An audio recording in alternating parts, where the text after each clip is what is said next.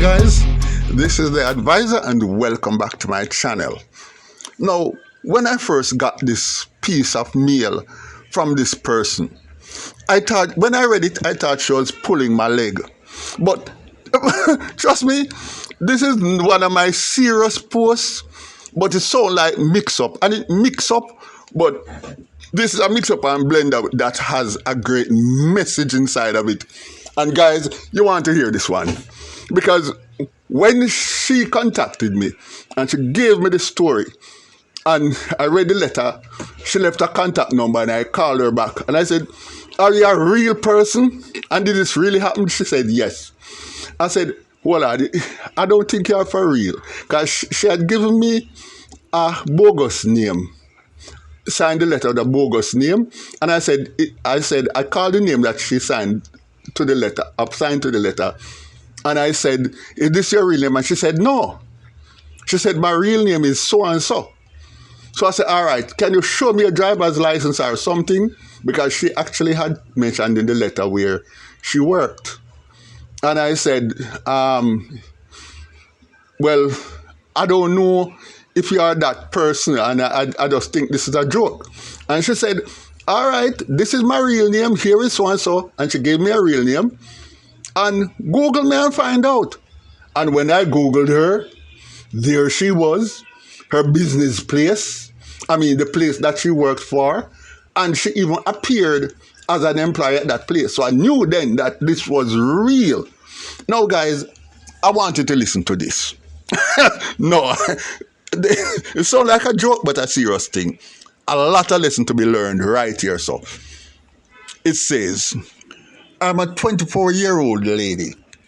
My boyfriend and I met in college and have been together for nearly 4 years and have been living together in the last 3. He is the proverbial tall, dark, handsome guy we all hear about.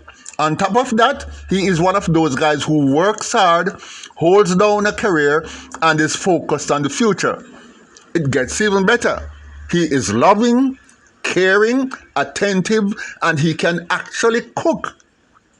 My problem started when I was given a promotion and then reassigned by my employers to help manage a new office in another state. It involves my relocating since it was too far for me to commute daily. I discussed it with my boyfriend and he agreed that I should go, especially because it involved a promotion. We agreed that we would visit each other every other weekend and that he would join me in 14 months when his current employment contract runs out. As my time to leave grew nearer, I became very frantic about leaving him on his own.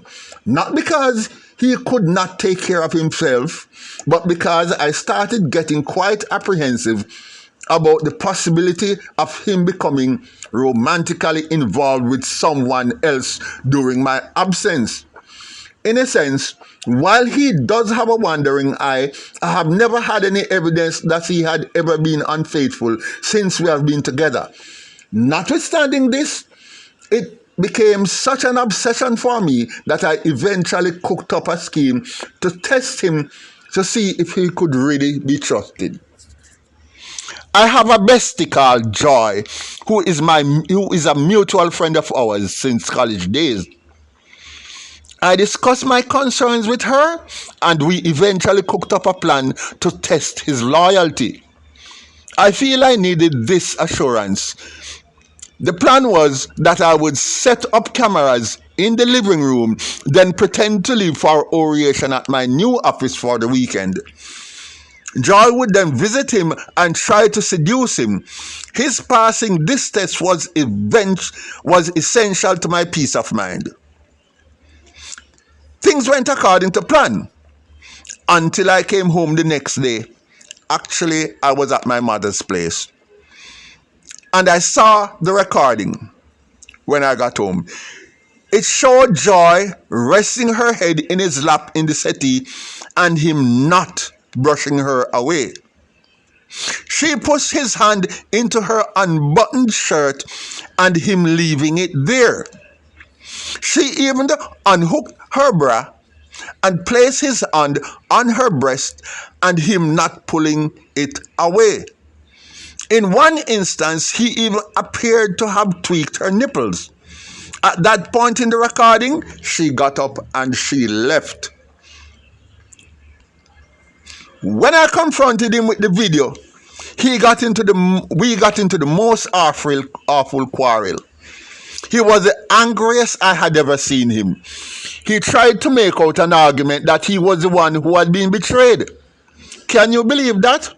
Anyway, the bottom line is that I broke off with him there and then.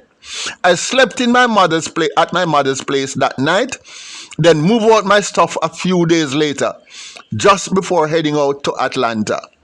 That was nearly 3 months ago. Since then, I've still been missing him dearly, so I called him.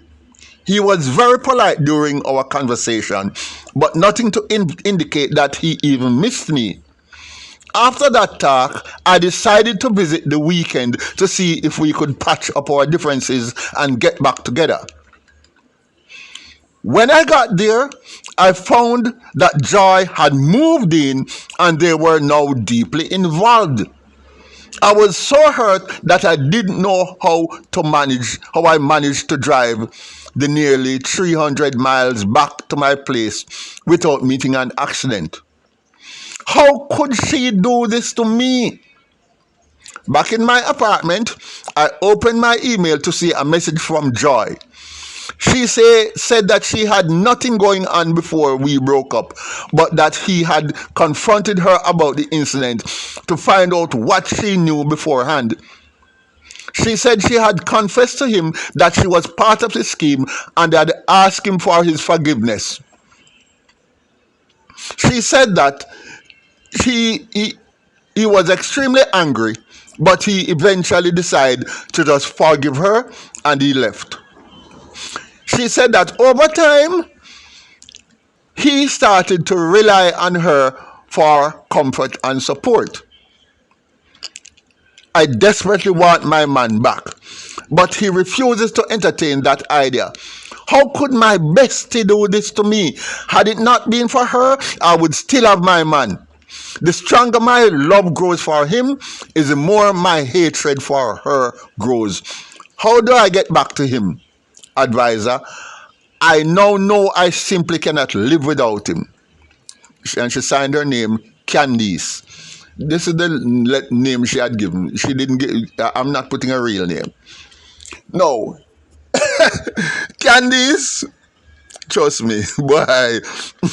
No, me know everybody, all my readers out there is going to have their own opinion, but just listen to me for a moment. Hold on. Listen to me. If this is a real story, then my dear, you have messed up big time.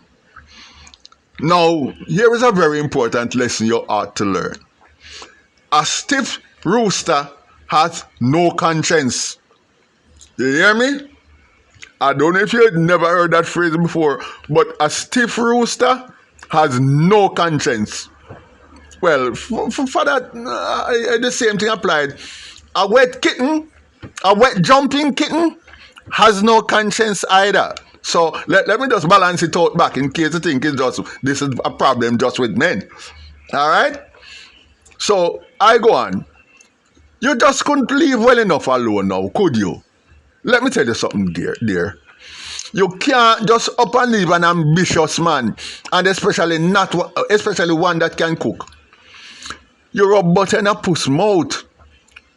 What the hell did you expect? That was not supposed to. What? You never expect the puss to lick it off. You can't take butter go rub in a puss mouth and not expect him to lick it off. Come on, dear. I think you really went too far. Okay, let's say he did not take the bait. What would that have proven? Nothing. It just means that he never liked that girl.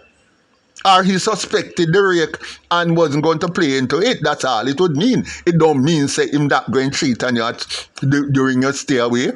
That was all it could mean.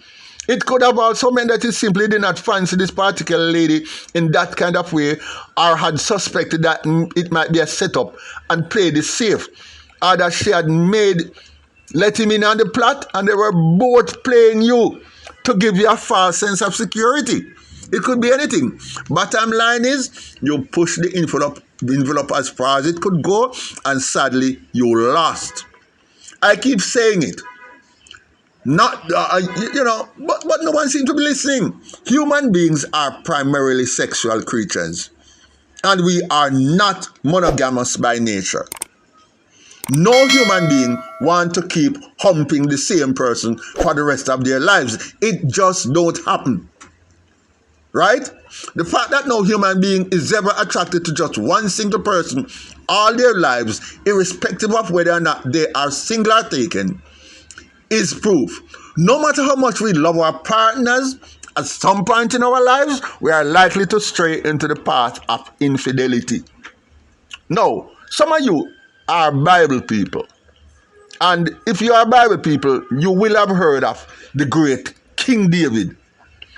Now, in the Bible, King David is the only man who was referred to as a man after God's own heart. The only man, mortal man in the Bible, who was referred to as a man after God's own heart. Yet, kitten led him astray. I won't go into that story, but kitten led even him astray. Right? Much less your boyfriend who is just Mr. Average down the road. Eh? Really? No. Let me tell you something, darling. There are 3 things that are absolutely certain in life. Death, bun, and taxes. 3 things. You must get them 3 days in your life constantly. Right? But let me tell you, in case you foreigners who don't understand what bun means, B-U-N, in Jamaica, the term bun means infidelity, that somebody cheat on you. You get bun when somebody cheat on you. And if I cheat on you, me I bun you. That's it. Yeah, it's a Jamaican term. Right? So, death, bun, and taxes are sure. You have to dead, you are going to get bun, and you must pay taxes some way, shape, or form. If I even to the extortionist you are going to pay tax to, you are going to pay it. Anyway, let's move on. But that is still not reason to not trust your partner. You trust your partner because 1, they might not be up to anything, and 2, trust is the only way to make a relationship meaningful. It is not cheating that makes most relationships fail. It is jealousy and lack of trust. It is behind this background. It is behind this background that I take your ex's side.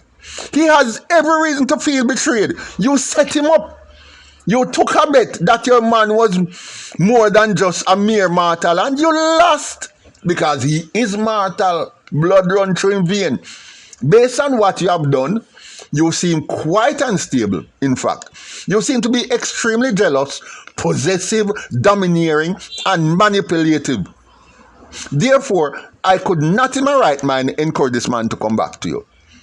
Your ex-bestie knows of his vulnerabilities, yet she is prepared to take her chances with him because she knows that he is first and foremost a human being, prone to all the temptations that this world has to offer. Now that he has joy in his life, she named Joy, no?